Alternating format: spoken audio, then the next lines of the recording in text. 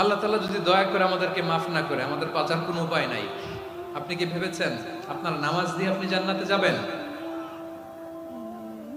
আপনি তাহাজ্জুদ গুজার, সেজদা দিতে দিতে কপালে দাগ ফেলেছেন, এটা আপনারা জান্নাতে নেবে না? আপনি এলাকার সবচেয়ে বড় হাতেম তাই দানশীল, এই দানের ভরসায় বসে আছেন কশিন কালো। আমাদের নামাজ, আমাদের রোজা, আমাদের ইবাদত, এগুলোকে মিজানের পাল্লায় উঠালে কোনো ওজনই হবে না।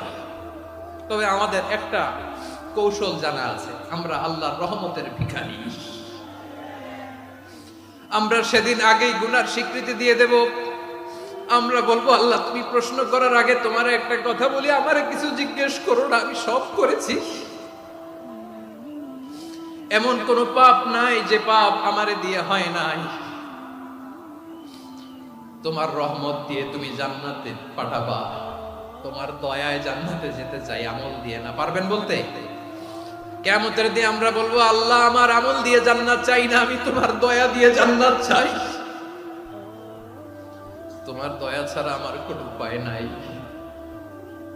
কারণ আল্লাহ যদি বিচার করে, বাঁচার কারো উপায় নাই। আল্লাহ যদি বলে ফেলেন তুই এটা করলি কেন, ওখানে গেলি কেন, কোরআনে 1000 বার নিষেধ করলাম তারপরেও এই পাপে জড়ালি কেন, এরকম প্রশ্ন ছুড়ে দিলে আমার উত্তর আছে?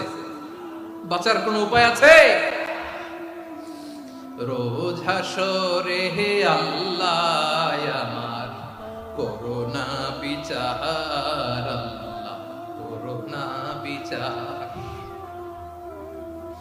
বিচার চাহি না তব দয়া চাই, এ গুনাহগার করোনা বিচার। আপনার আমল দিয়ে জান্নাতে যাবেন? কি দিয়ে যাবেন? আল্লাহর দয়া দিয়ে। আল্লাহর রহম আর দয়া ছাড়া কেউ জান্নাতের চেহারাও দেখতে পাবে না। আমার প্রিয় ভাইরা, এই দোয়া আল্লাহর কাছে পছন্দনীয় হওয়ার কারণ তিনটা। দোয়ার প্রথম অংশে আছে তাওহীদ, আল্লাহর একত্ববাদের ঘোষণা। এই দোয়ার দ্বিতীয় অংশ আছে তাসবিহ, আল্লাহর প্রশংসা সূচক বাণী। এই দোয়ার 3 নাম্বার অংশ পাপের স্বীকৃতি।